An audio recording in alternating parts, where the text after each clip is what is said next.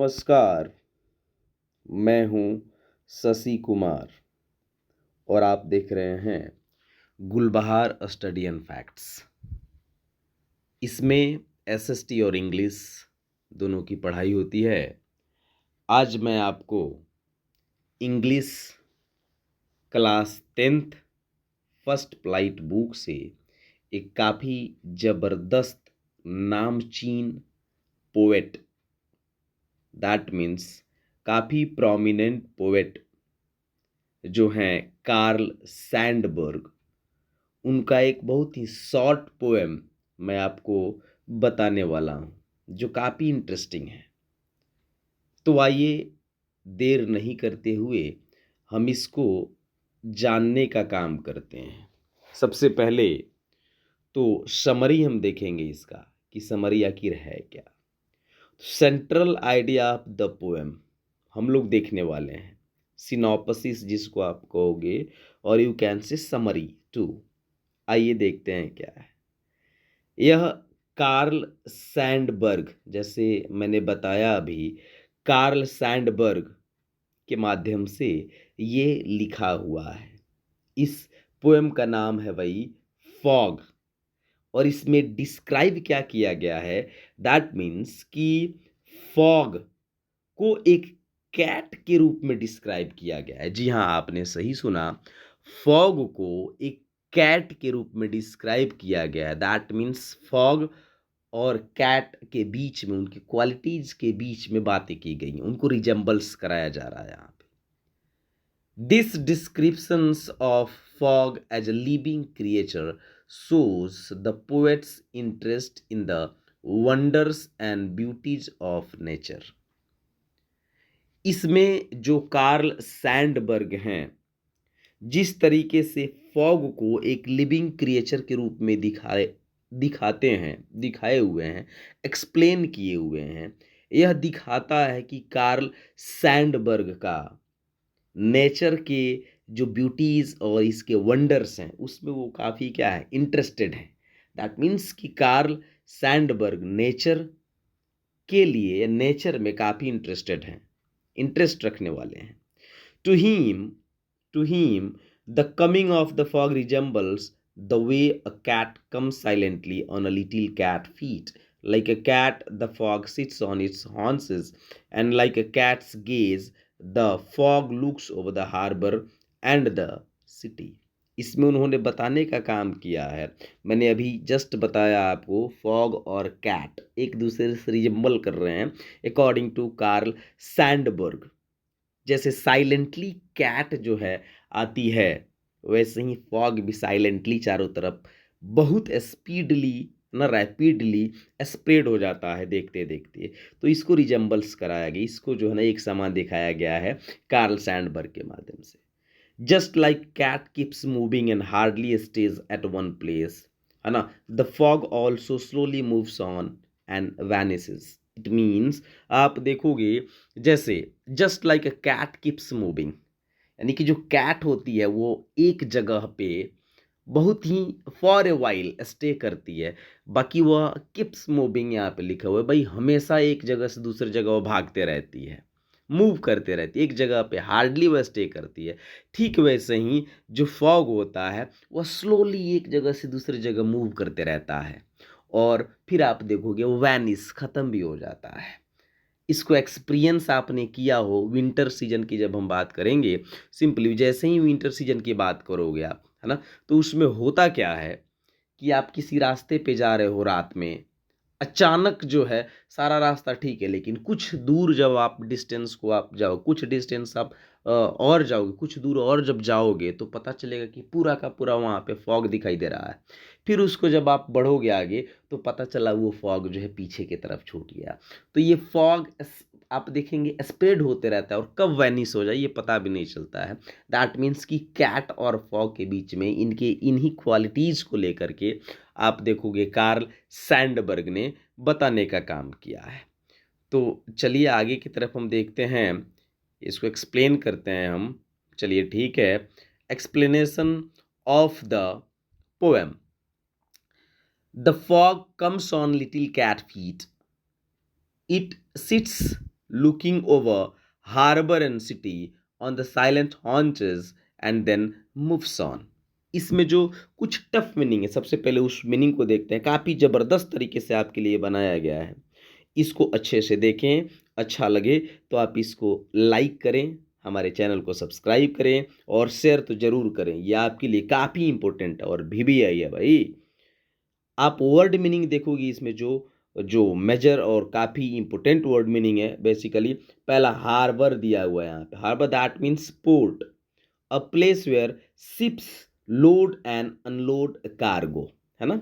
Harbour का मतलब होता है पोर्ट, यानी कि सिंपली आप देखोगे एक ऐसा स्थान होता है जहाँ पे शिप्स जो है ना लोड किए जाते हैं और अनलोड भी किया जाता है उसके कार्गो को। हॉन्चेस का मतलब हिप्स होता है, सिंपली इसको हिंदी में हम कुबड़ बोलते हैं। तो चलिए आगे की तरफ हम बढ़ते हैं और फिर इसको अच्छे से एक्सप्लेन करने का काम करते हैं। ये काफ़ी शॉर्ट पोएम है ना।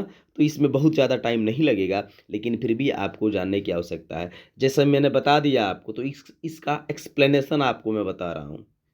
एक्सप्लेन किया गया है, इसको अच्छे से आप देखेंगे। एक इसमें एक्चुअली क्या है कि बहुत ही 2-3 लाइन का तो है ही है, जैसा आपने देखा। इसको एक्सप्लेन किया गया है यहाँ पे, चलिए। This short poem is an expression of the view of fog. Expression of the view of fog.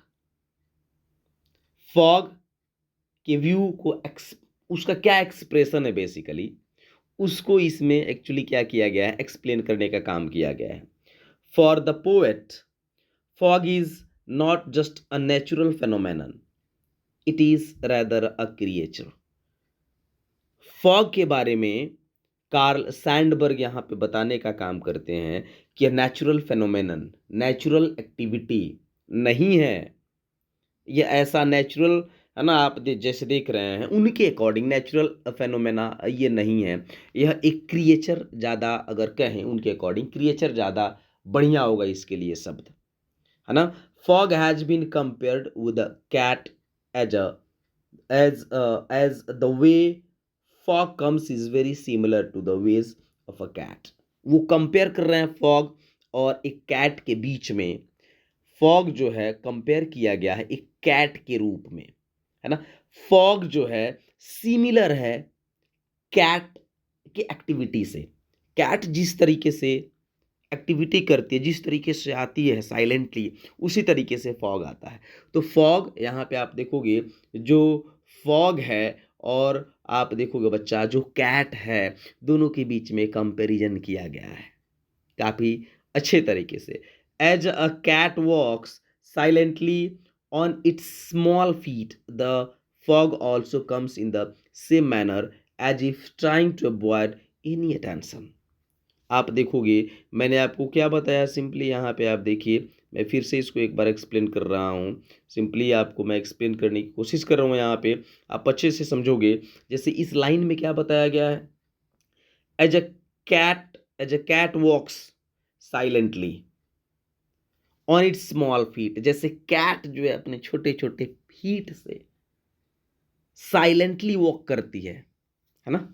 आप रहोगे, जैसे आप यहाँ पे अपने घर में बैठे हुए हो, आराम से आप खाना कर रहे हो, बैठे हुए हो, आप क्या गप्पे लड़ा रहे हो भाई अपने भाई बहन से, है ना।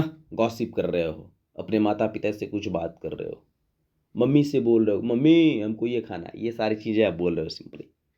इतने में अचानक जो आप जैसे टर्न करते हैं पीछे की तरफ, देखते हैं भाई एक जो है कौन, एक कैट बैठी हुई है, गुलबहार कैट बैठी हुई है, आपको पता भी नहीं चला कब आई है। ठीक ऐसे ही यहाँ पे the fog also comes in the same manner. ऐसे ही फॉग जो है क्या इसी मैनर में आती है, simply as if trying to avoid any attention, है ना। As if trying to avoid any attention मतलब एकदम पता नहीं चलेगा भाई कब आ गया फॉग, जैसे कैट आती है।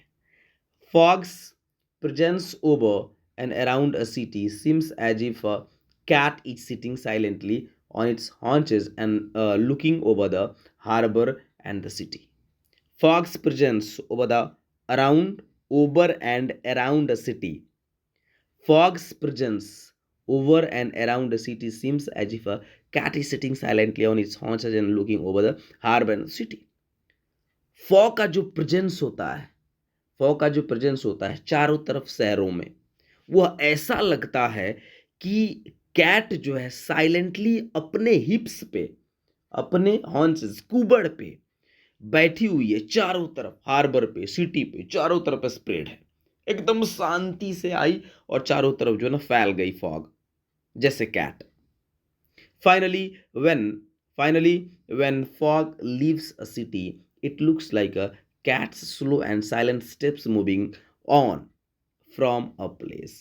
और फाइनली आप देखोगे जैसे फॉग जो है जब सिटी को छोड़ती है, वहां से जब जाती है सिंपली, तो ऐसा लगता है it looks like a cats slow and silent steps moving on from a place. जैसे एक कैट किसी प्लेस पे खड़ी है, बैठी है और वहां से साइलेंटली मूव करती है एक जगह से दूसरे जगह के लिए।